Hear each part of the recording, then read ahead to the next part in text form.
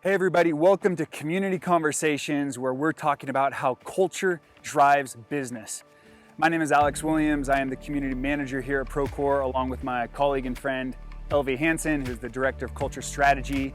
And we are exploring visual tools that help create culture. Let's dive right in.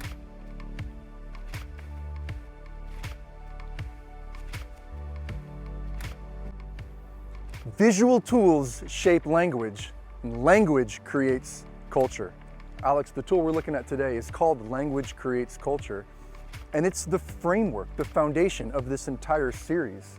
As the tool pops up, Language Creates Culture, take a minute and just observe and ask the question, what jumps out to you? And the goal of this entire series is to talk about how culture drives business. Well, as we explore how to build and develop and create healthy culture, this is the progression that we would suggest is a framework.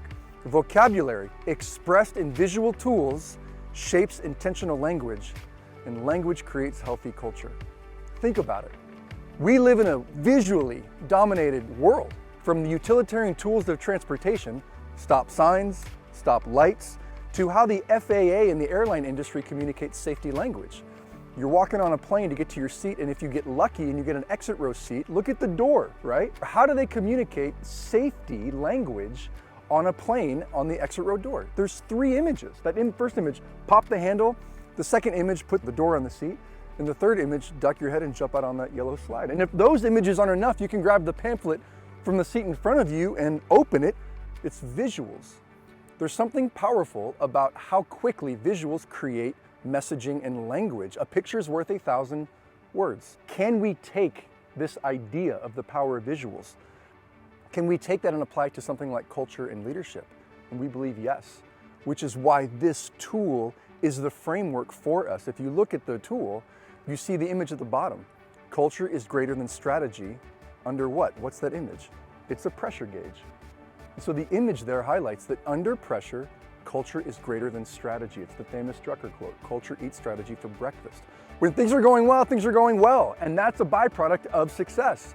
But when things are not going well, what emerges? Oftentimes culture, which is why it's so critical to invest in culture, why this whole series is so important, because we're giving you tools to generate intentional language to create the foundation for healthy culture. Take a look again and think through this. What's one area that you can change or grow or mature in your leadership, maybe in your organizational structure, maybe in your culture strategy? How strong is your language? It's a scalable opportunity. Visual tools generate meaning immediately. That's the idea here. We want to create a framework that really helps generate strong language and strong culture. If it's important, draw it. Visuals are powerful. So with that said, we're going to jump in the Procore Community van and head north to Vancouver, Canada, to speak about how language creates culture. Come on in. All right, we're here inside the Procore Community van with none other than our VP of Corporate Communications, Roohi Saeed. Roohi, thank you so much for joining us. Good to see you guys. Roohi, you are a master when it comes to language in communication. Can you just comment on the power of language? Absolutely. Like, words matter so much. And I mean, that is what my team and I do for a living. It's about communications. You have to be very careful and thoughtful about the words that you choose.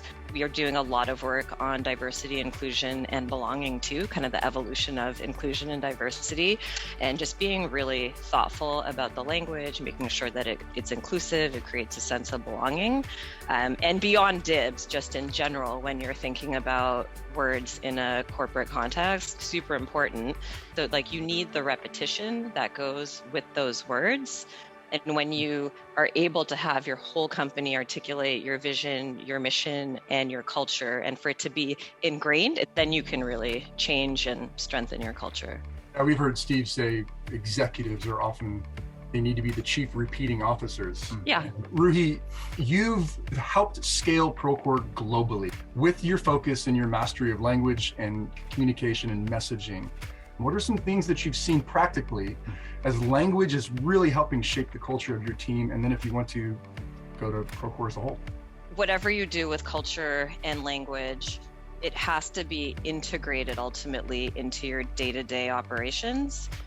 You can once in a while do a bolt-on, right? Like you can do a culture workshop, but then it's the how does this become ingrained in everything that we do? And that's how it's going to stick around. I'd say in our monthly marketing all hands, we do a weekly and then we do a longer monthly. So every time in that monthly, we start with Procore's vision and mission and values, and then what we're doing is our purpose in marketing and what our marketing values are. And that repetition is great. But it's also awesome for new people who are coming in. And it's just that monthly reminder of like that higher purpose and where are we all heading. Roohi, you've been talking about the power of language and the impact it's had on your team and the culture of your team. As I think about this year particularly, and the battle cry that was introduced at Procore that you were a part of leading and helping shape the foundation of, there's a tagline, I'll let you say it, but the tagline, it's in my head. Everyone knows it. And there was even an emoji that got launched. The Slack emoji. The Slack emoji, the visual around it, right? So could you talk about that, the rally cry, and how that's impacted and helped shape the culture even this year?